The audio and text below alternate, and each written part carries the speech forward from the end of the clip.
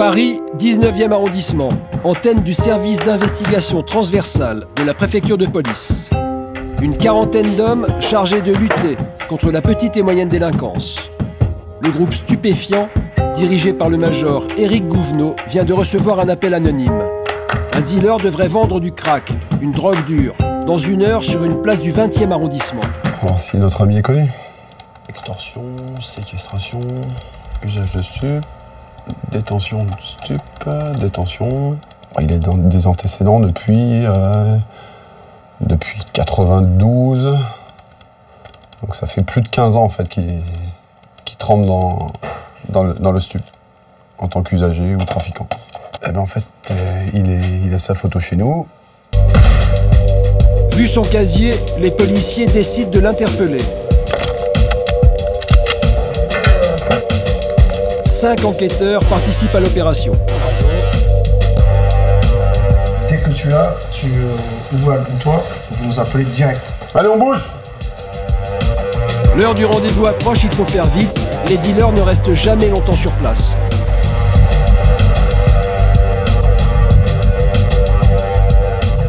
Ouais, c'est bon, on arrive sur Colonel Fabien.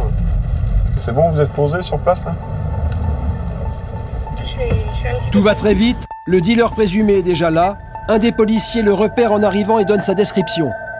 Je me dirigerai, je déclarerai qu'il y a un blouson marron et une casquette. C'est lui? L'homme est à l'arrêt de bus, à droite sur l'image avec la casquette. Les policiers l'interpellent immédiatement. T'as quelque chose sur toi? Rien? Est-ce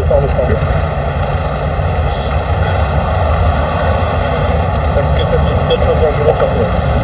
Non. Hein? Bon, on le ramène quelque part? Ouais, on va le mettre dans un endroit distrait, on fait ce qu'on a à faire. Les policiers se mettent à l'écart des passants pour fouiller le suspect.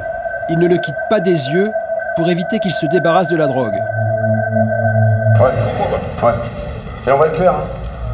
Oui. Tu nous sors ce que tu as sur toi, parce que sinon on va le trouver. C'est qui ce numéro-là? 0615, c'est qui? Il va avoir du mal à me parler comme ça. Les enquêteurs vérifient d'abord que le suspect n'a pas caché le crack dans sa bouche. Dans ses poches, ils trouvent une forte somme d'argent. T'as combien là-dedans? T'as 1000 euros là-dedans.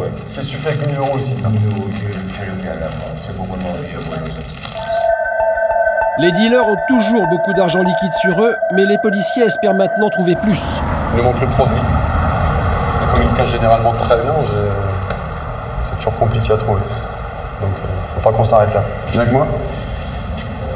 Le suspect est emmené au commissariat pour procéder à une fouille complète. Attention à la tête en montant.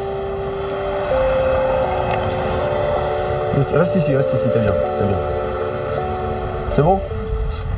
Demandez pourquoi vous êtes là. Oh bah tu sais pourquoi on est là, non? Non? Tu sais pas? Non. Ah ouais? Allez. On se rejoint au service, hein.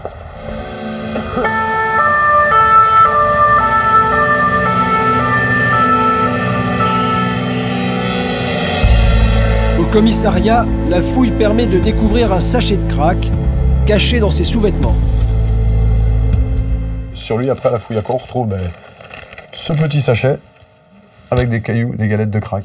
Là, il doit y avoir à peu près 5-6 grammes, on va dire. Ça fait 500 euros à peu près. Ah ouais. Voilà. Ouais. L'homme va devoir s'expliquer sur la drogue et sur l'argent trouvé sur lui. Pour continuer l'enquête, Éric le place en garde à vue et lui signifie ses droits. Est-ce que tu veux être vu par un médecin? Ouais. Est-ce que tu veux t'entretenir avec un avocat? Oui. Est-ce que tu as un avocat ou tu veux un avocat commis d'office? Voilà, très bien. Il est tard, le travail des policiers est terminé. Prochaine étape, demain, la perquisition. On est sorti des heures légales qui nous permettent de faire une perquisition.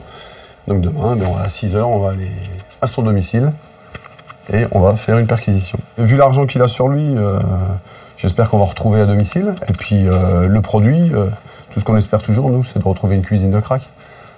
C'est-à-dire des casseroles, un peu de cocaïne et puis un fond de casserole de crack qu'il fait lui-même, quoi. Là, ça serait parfait. Il est 23 h, l'homme va passer la nuit en cellule.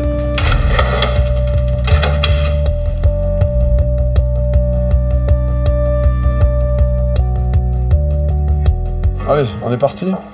Allez. 5h30, le lendemain matin. Fabrice réveille le suspect pour partir en perquisition à son domicile.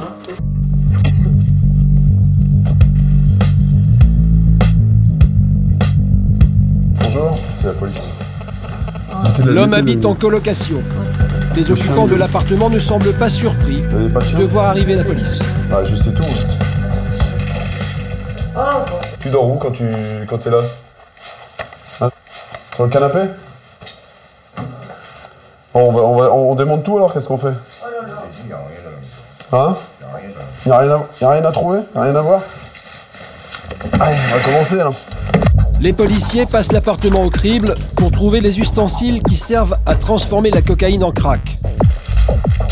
Le salon, la cuisine et même les toilettes sont fouillés. Le suspect, lui, s'est endormi. Pas de drogue, mais du bicarbonate de soude qui sert à couper la cocaïne pour fabriquer du crack. C'est à toi le bicard? Rien d'autre que du bicard en ce moment? On va le garder pour l'instant. Bon, moi, on va vous laisser. Là. Passez une bonne journée quand même. Bon, pas grand chose, on va voir le résultat de l'enquête, c'est tout. Je peux pas vous le dire maintenant. C'est un peu juste. On y va? Allez, viens. Allez, au revoir, messieurs, dames. Grâce au bicarbonate, les policiers ont la certitude que le suspect n'est pas seulement un simple consommateur, mais un fabricant de crack. Ça nous apporte la preuve qu'il cuisine. Donc même s'il n'y a pas de cocaïne chez lui, ça prouve en fait qu'il en achète et qu'il fait lui-même sa cuisine pour faire son crack. Retour au commissariat. Les éléments qui prouvent la consommation de crack et le trafic sont placés sous scellé. Ils seront présentés au magistrat du parquet qui décidera du sort de l'interpellé. Les enquêteurs vont maintenant auditionner le suspect toute la journée. Il va leur avouer que s'il fabrique du crack, c'est qu'il le vend 2 fois plus cher que la cocaïne. Je cuisine. Hein? Je cuisine. Ok, j'achète 10 grammes de cocaïne toutes les semaines. Je cuisine cette drogue. Pourquoi? Pour la transformer en crack? Hein? C'est ça? Combien tu les touches les 10 grammes de cocaïne? Combien tu les touches? 600 euros. Combien tu revends les 8 grammes de crack? Ben, je revends pas les 8 grammes, je mets 8 grammes, je dois fumer 5, je dois fumer 3, 4 là-dedans. Je ne vends pas les 8 grammes, je consomme environ la moitié et je vends le reste.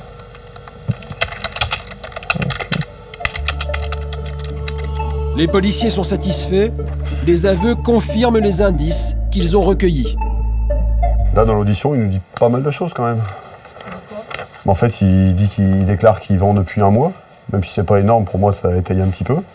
Il déclare qu'il achète toutes les semaines 10 grammes de cocaïne pour la somme de 600 euros, qu'il cuisine lui-même. Là, on va se servir de ce qu'il nous a dit pour en savoir un peu plus après. C'est l'audition qui va pratiquement faire tenir la procédure. Étant donné qu'à la perquisition, on a juste trouvé le bicarbonate. Là, dans l'audition, il nous dit pas mal de choses quand même. Après 48 heures de garde à vue, l'interpellé est emmené au parquet. Le magistrat a décidé de le placer en détention provisoire en attendant son jugement pour détention et trafic de stupéfiants.